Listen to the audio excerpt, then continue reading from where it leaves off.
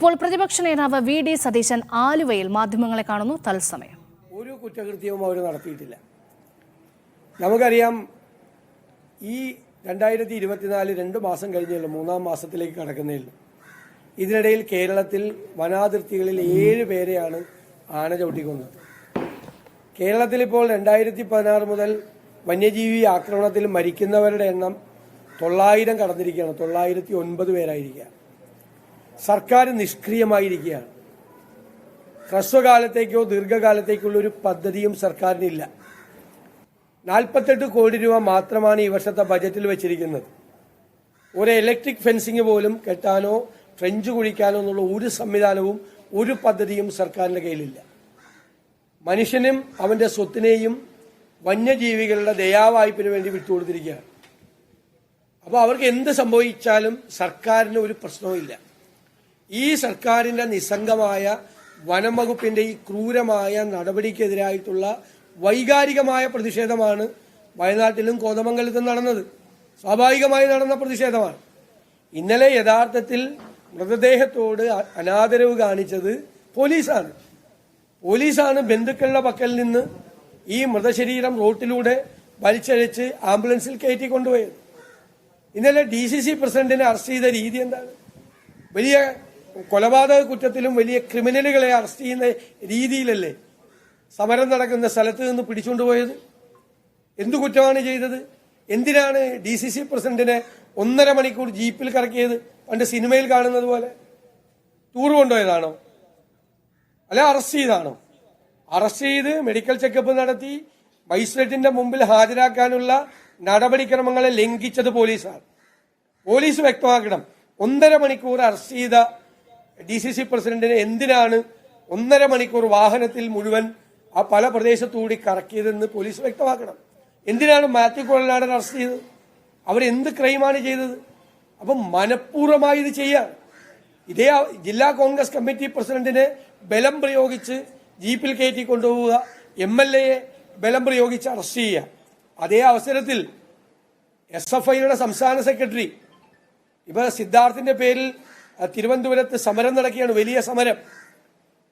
എറണാകുളത്ത് law college ഹോസ്റ്റലിൽ KSU നേതാവിനെ തട്ടിക്കൊണ്ടുപോയി രാത്രി കട്ടിലിന്റെ കാലിൽ കെട്ടിയിട്ട് ക്രൂരമായി മർദ്ദിച്ച കേസിൽ, ജാമ്യമില്ലാത്ത കേസിൽ SFI സംസ്ഥാന സെക്രട്ടറിയെ അറസ്റ്റ് ചെയ്തിട്ടില്ല ഈ പോലീസ്. ക്രിമിനലിനെ അറസ്റ്റ് ചെയ്തിട്ടില്ല. He's A criminal. ഇത് ചെയ്ത ആളാണ്. രാത്രി മുഴുവൻ ഒരാളെ തട്ടിക്കൊണ്ടുപോയി കെട്ടിയിട്ട് ക്രൂരമായി ടോർച്ചർ ചെയ്ത SFI സംസ്ഥാന സെക്രട്ടറി ഇഷ്ടം പോലെ നടക്കുമ്പോൾ DCC പ്രസിഡന്റിനെ സമരത്തിന്റെ അകത്ത് നിന്ന് പിടിച്ചുകൊണ്ട് പോവുക. ഇതാണ് കിരാതമായ നടപടിയാണിത്. ക്യാമ്പസുകളിൽ മുഴുവൻ ഈ ക്രിമിനലുകളെ അഴിഞ്ഞാടാൻ വേണ്ടി മുഖ്യമന്ത്രി തന്നെ വിട്ടിരിക്കുക.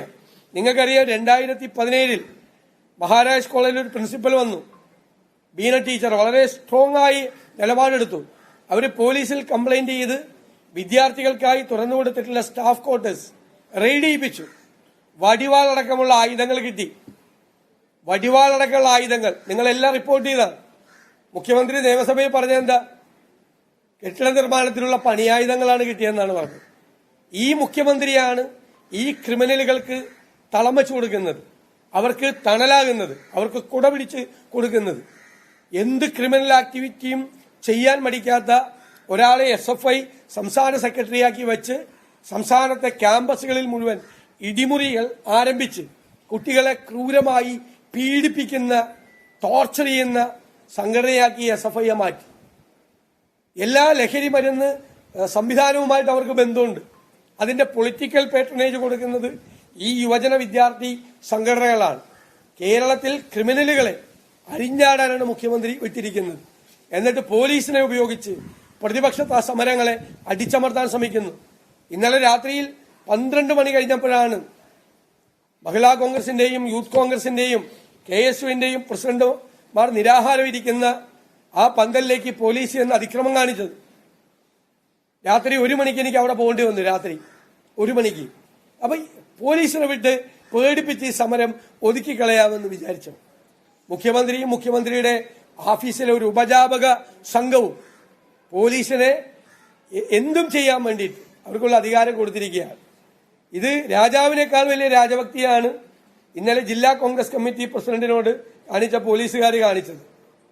രാജാവും പരിവാരങ്ങളൊന്നും എല്ലാ കാലത്തും ഉണ്ടാവില്ല എന്ന് പോലീസ് ഉദ്യോഗസ്ഥന്മാർ ഓർത്തുവെച്ചാൽ അവർക്ക് നല്ലതാണ് എന്ന് മാത്രം ഞങ്ങൾ ഓർമ്മപ്പെടുത്തുന്നു. ഞങ്ങൾ ഈ സമരങ്ങൾ തുടരും, ഒരു സംശയമില്ല. ഇതൊക്കെ ഞങ്ങൾ സമരാജ്ഞിയുടെ ഭാഗമായി ജനകീയ ചർച്ചാ സദസ്സ് നടന്ന സമയത്ത് ഇന്നലെ ഈ ആന ചവിട്ടിക്കൊന്ന സ്ഥലത്ത് നിന്ന് ആളുകൾ വന്ന് ഞങ്ങളോട് പരാതി പറഞ്ഞാണ്.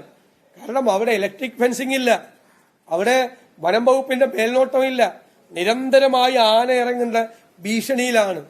അത് പറഞ്ഞു തീരുന്നതിന് മുമ്പാണ് ആന പോയി ശ്രീമതി ഇന്ദിരാ രാമകൃഷ്ണനെ ചവിട്ടിക്കൊന്നത്.